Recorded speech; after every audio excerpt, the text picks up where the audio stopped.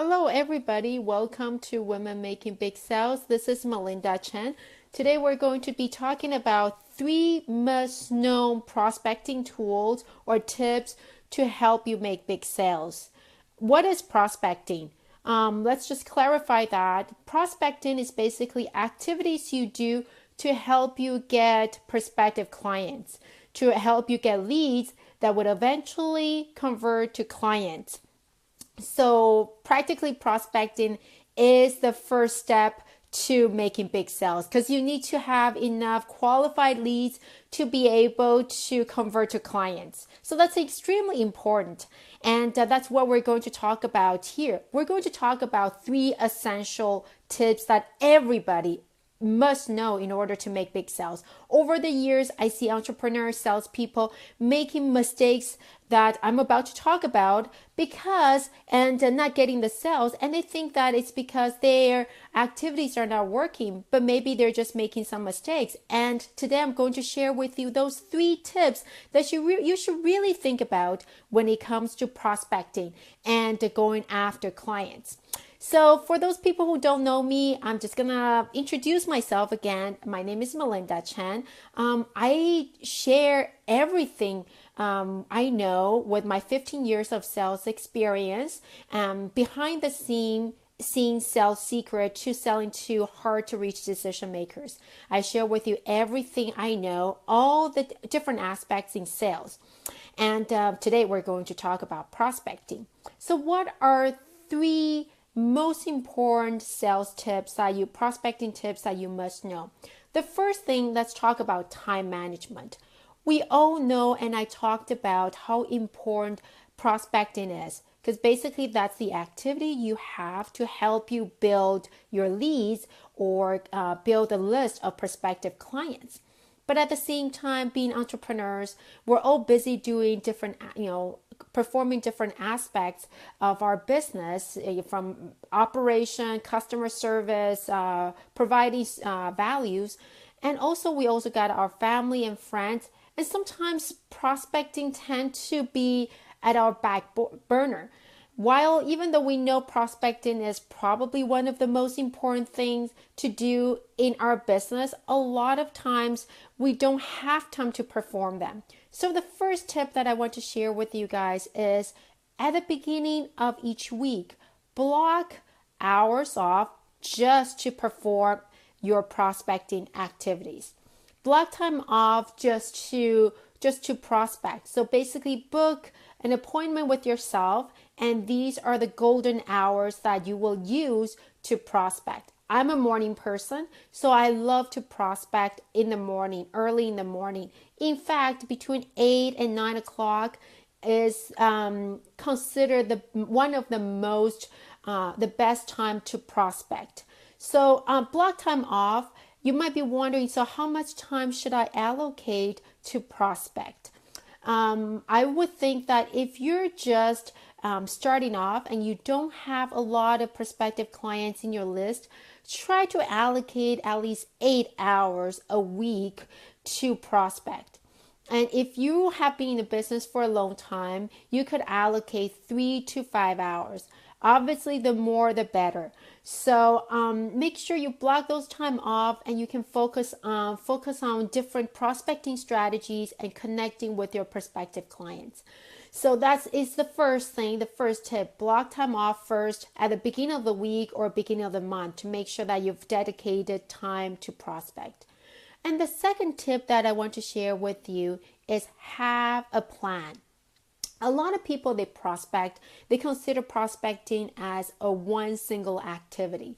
For example, if you decide that, hey, I'm going to go to a networking event and that would be the way to find my prospective clients. That is fine, that works.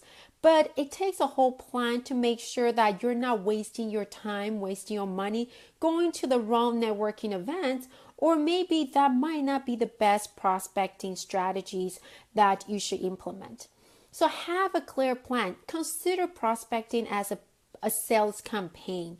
So from start to finish, really think about the size of your company, the size of your target client, Who are the final decision makers? Consider these criteria before you perform any prospecting activities. Back to what we talked about before about time management. You do not have a lot of time to prospect. So you have to make sure that you really use your time the most efficiently possible. And that's why I want you to really think about who you're targeting before you go and decide to prospect, to go to networking events, and without any real plans. Next week in our Big Sales Talk, we're going to talk about how to establish the prospecting campaign. So if you don't want to miss it, make sure to sign up to our newsletter so that we will send you all the information we're doing, and like our Facebook page. We'd love it if you could be part of our community and just go after big clients. But that is the second tip. Second tip is to have a plan before you start implementing your prospecting strategies. If you want to know more about it, tune in for our next week's Big Sales Talk, and we're going to show you how to establish plans and what criteria you should think about before you go ahead and start prospecting. There are a few criteria that you should really think about and determine the best prospecting strategies that you I think we're okay. We had a little bit pause, but I'm going to talk about the third strategy. The third strategy is measure your performance. Measure your performance. It is partially numbers game, so you want to really be accountable to how many people you've tried to contact, how many calls have you made, how many networking events have you gone to, how many warm leads or contacts have you talked to.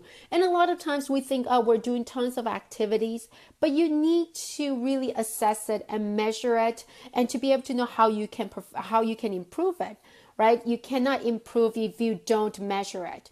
So we have a sales performance tracker. I'm going to link our sales tracker in the description box that you would be able to use, but you could use that tracker or use by yourself, use an Excel file to track the number of calls you made. Be accountable to the activities you've made, because by being accountable to activities, then you'll realize, hey, you don't have to make 100 calls today or 100 calls this week. All you have to do is just consistently doing things. If you dedicate yourself to making 10 calls today, that means that by the end of this week, you would have made 50 calls. And a lot of people that know me know that I've made 5,000 cold calls. And it's actually not that hard because I've been in sales for 15 years.